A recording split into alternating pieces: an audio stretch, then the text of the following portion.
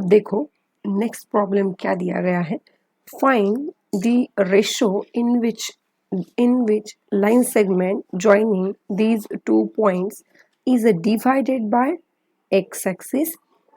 Also find the coordinates of the point of division. पहले question को समझ लो, right. अब देखो ये ए और ये पॉइंट बी है। ए का पॉइंट है 1,-5 और बी का पॉइंट है -4,5 is divided by x axis. यहाँ एक्स एक्सिस के ऊपर का कोई तो पॉइंट सी है, वो उसको काट रहा है, राइट, एक्स एक्सिस के ऊपर। तो उसके भी कोऑर्डिनेट्स निकालने हैं, जैसे कि x, y, और उसके बाद और एक चीज निकालनी है, also find coordinates of the point of division. और मतलब ये पॉइंट ऑफ डिवीजन जो है वो निकालना है, जो कि एक्स एक्सिस के ऊपर का पॉइंट है।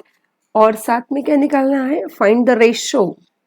रेशो भी निकालना है, जिसको हम लेंगे, सपोज पता नहीं है, अब ये के और ये 1 लेंगे, ठीक है। ये के और ये 1 क्यों लिया है वो भी मैं बताऊंगी, लेकिन उससे पहले आपको प्रॉब्लम को समझना पड़ेगा। क्या बोला है, एक पॉइंट भी निकालना है और रेशो भी निकालना है। तो सबसे पहली बात, मतलब इतना डिफिकल्ट प्रॉब्लम होता ही नहीं है, कुछ तो हिंट होती है उसमें। ये पॉइंट जो है C point, C is on X axis, तो उसके जो कोऑर्डिनेट्स है ना x, y, तो बहुत ही सिंपल बात है कि y कोऑर्डिनेट उसका क्या होगा, 0 होगा, right. y is equal to 0। अभी हमें क्या निकालना है, बस x की वैल्यू ही निकालनी है। और रेशो अगर आपको बोला गया है ना, तो आपको क्या लेना है, वो रेशो अगर पता नहीं है तो उसको डिवाइड करना है k:1 इस वैल्यू में, राइट। तो इस वैल्यू में आप डिवाइड करो, मतलब आपको कौन कौन सी वैल्यूज निकालनी है, k की वैल्यू एक निकालनी है और दूसरी x की वैल्यू निकालनी है।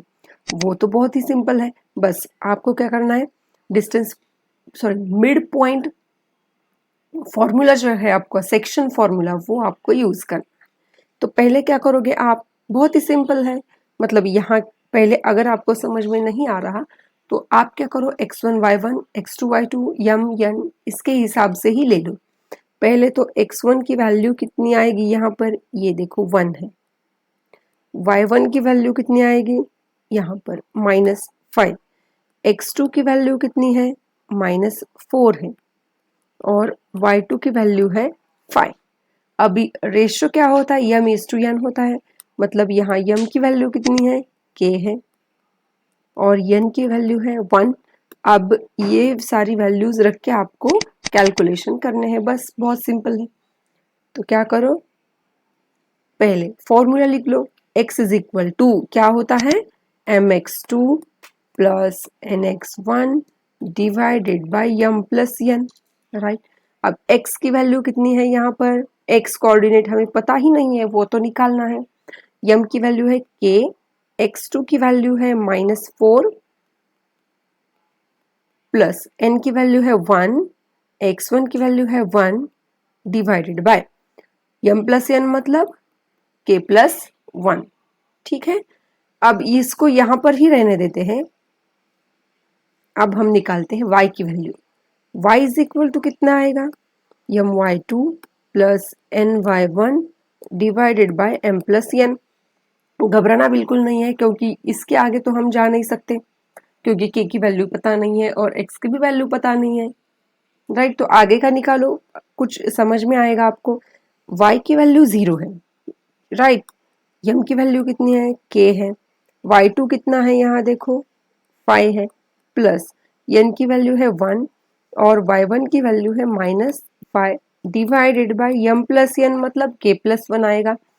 अभी इसको ही सॉल्व करते हैं हम, कैसे देखो, ये डिवाइड में है ना, वो इस लेफ्ट हैंड साइड में अगर आपको भेजना है तो वो जाएगा मल्टीप्लिकेशन में, मतलब 0 इंटू के प्लस 1 इज इक्वल टू के 5 को हम 5 के लिख देते हैं, प्लस इंटू माइनस, ये हो जाएगा -5, नीचे कुछ भी नहीं, ये मतलब इसकी जरूरत है नहीं, राइट। अभी इक्वेट करो, 0 इंटू एनीथिंग क्या हो जाएगा, 0 is equal to 5k minus 5। अब ये जो 5 है ना, इसको लेफ्ट हैंड साइड में भेज दो, किसी को भी भेज दो, कोई फर्क नहीं पड़ेगा। ये आएगा -5 का हो जाएगा +5 इज इक्वल टू 5k। ये 5k इज इक्वल टू 5 ऐसे भी लिख सकते हैं हम, राइट। यहाँ पर k इज इक्वल टू कितना आएगा, ये ऑलरेडी 5 था, ये जो मल्टीप्लीकेशन में है वो यहाँ पर जाके डिवाइड हो जाएगा और ये कैंसिल होगा और आंसर कितना आ गया आपका 1। तो k की वैल्यू कितनी आ गई आपके पास, k इज इक्वल टू 1 आ गया। हमें एक तो वैल्यू मिल गई। अभी ये वैल्यू आप क्या करो, इसको हम देंगे इक्वेशन नंबर 1, इसमें रखो, ठीक है। x इज इक्वल टू क्या था, देखो equation, x is equal to x equal to k into -4 plus 1 divided by k plus 1। x की वैल्यू निकालनी है, k की वैल्यू पता है, वो रखो, डिवाइडेड बाय 1 प्लस 1, तो x कितना आएगा -4 प्लस 1/2 मतलब -3/2। ठीक है, तो फाइनली हमारे c के कोऑर्डिनेट्स मिल गए -3/2, 0 और रेशो क्या आ गया है उसका, k:1, मतलब ये रेशो आ गया 1:1। ऐसा कुछ नहीं है कि रेशो 1:1 ही आएगा, ऑलवेज कुछ भी आ सकता है रेशो, राइट। ये समझ में आ गया। अब नेक्स्ट देखो यहाँ क्या बोला है, if these 4 points are vertices of parallelogram taken in order find x and y। पहले हम पैरेललोग्राम निकाल लेते हैं। देखो इस क्वेश्चन में क्या बोला है, ए बी सी डी मतलब are vertices of parallelogram taken in order find x and y। Parallelogram में ये जो है वर्टाइसेस दी गई है, ये देखो यहाँ पर है x, यहाँ है y, तो x और y की वैल्यूज निकालनी है। तो पैरेललोग्राम की कुछ प्रॉपर्टीज आपको डेफिनेटली याद होनी चाहिए, उसके हिसाब से वही फॉर्मूला का यूज करके निकालनी है x और y की वैल्यूज। उसके लिए हमें जरूरत पड़ेगी ये जो O पॉइंट है ना, ये डायगोनल्स का, जहां पर डायगोनल क्या करती है, इक्वली डिवाइड करती है, तो उसको लेंगे हम कैपिटल X एंड Y। आप कुछ भी लो, कैपिटल X एंड Y।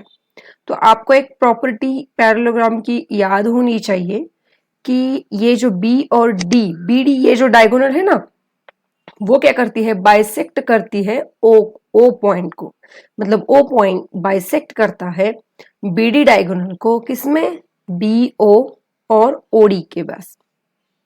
ठीक है, तो उसके हिसाब से हम x और y की वैल्यूज निकालेंगे। पहली तो कंडीशन समझ में आ गई, तो उसके हिसाब से क्या होगा, BO is equal to OD।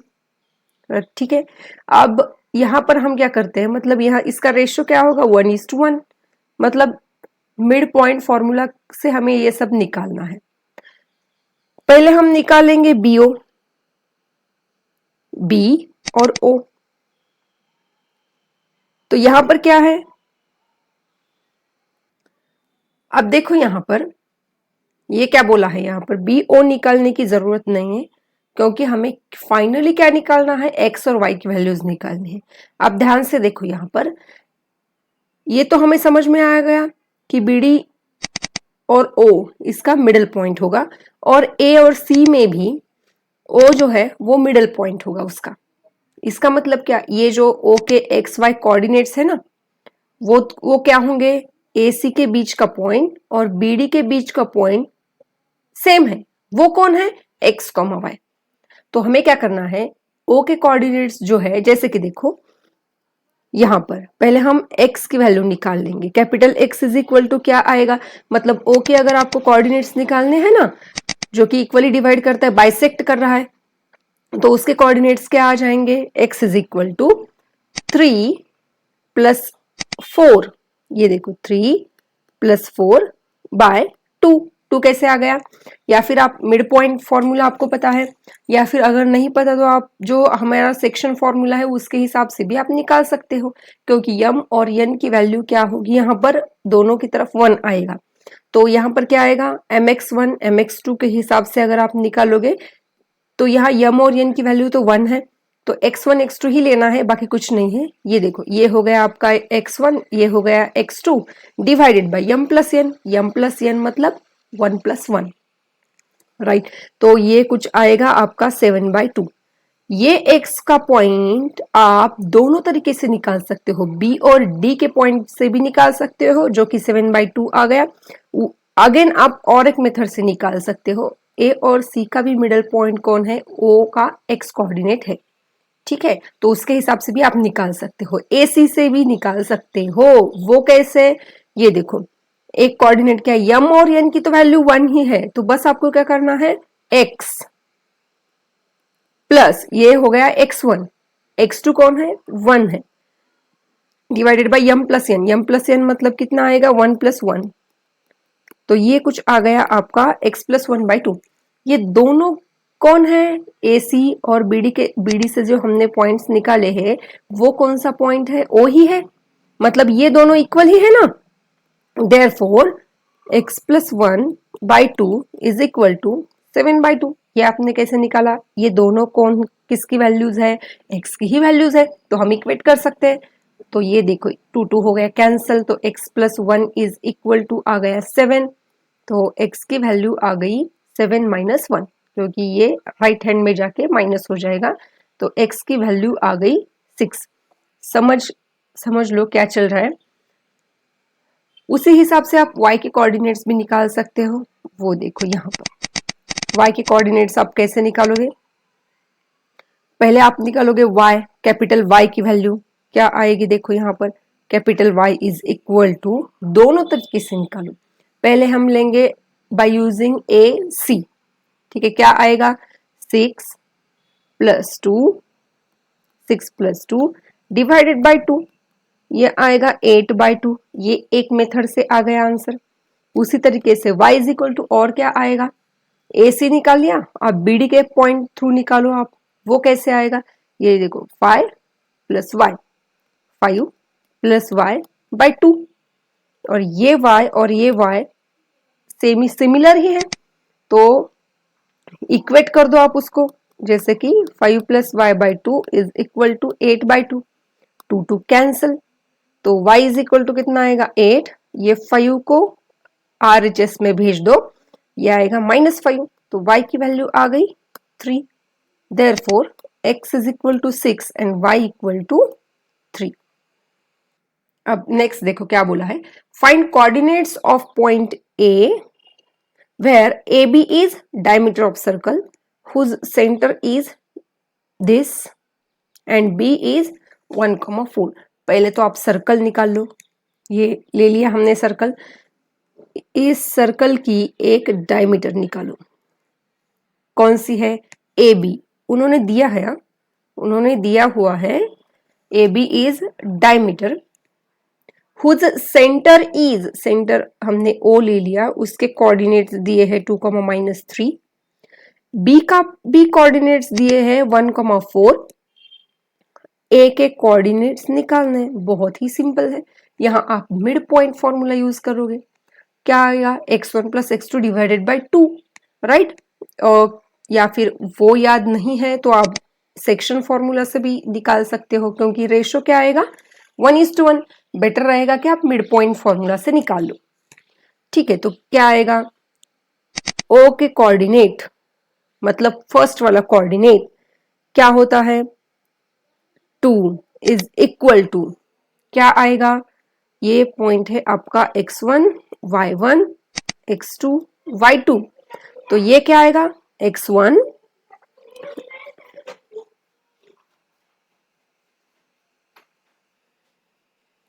तो ये आएगा 2 प्लस x1, या फिर मैं इसका फॉर्मूला ही लिख देती हूँ, यही बेटर रहेगा। क्या आएगा आपका formula, capital X is equal to x1 plus x2 by 2 और capital Y is equal to y1 plus y2 by 2। तो x इज इक्वल टू क्या होगा, ये आपके कोऑर्डिनेट्स हो गए एक कैपिटल x एंड y। तो 2 इज इक्वल टू x1 है आपका x है, x1 है x प्लस x2 कितना आएगा यहाँ 1/2। पहले इसको आप सॉल्व कर दो, क्या आएगा, ये 2 यहां जाकर मल्टीप्लाई हो जाएगा, 2 into 2 is equal to x plus 1, मतलब 4 is equal to x plus 1। उसी हिसाब से 4 ये प्लस को LHS में भेज दो, -1 आएगा, is equal to x, 3 is equal to x, मतलब x इज इक्वल टू 3 आ गया। अब ये भी सॉल्व करो, क्या है देखो यहाँ पर, वह कैपिटल Y कितना है आपका, ये है capital Y, -3 equals to y1 की वैल्यू है स्मॉल y, y2 की वैल्यू है 4/2। 2 को यहाँ पर मल्टीप्लाई करो, ये आएगा -6 is equal to y plus 4। 4 को LHS में भेज दो, y मतलब -10 इज इक्वल टू y, मतलब y की वैल्यू कितनी आ गई, -10। तो फाइनल आंसर क्या आ गया आपका, मतलब a के कोऑर्डिनेट्स क्या होंगे, 3, -10।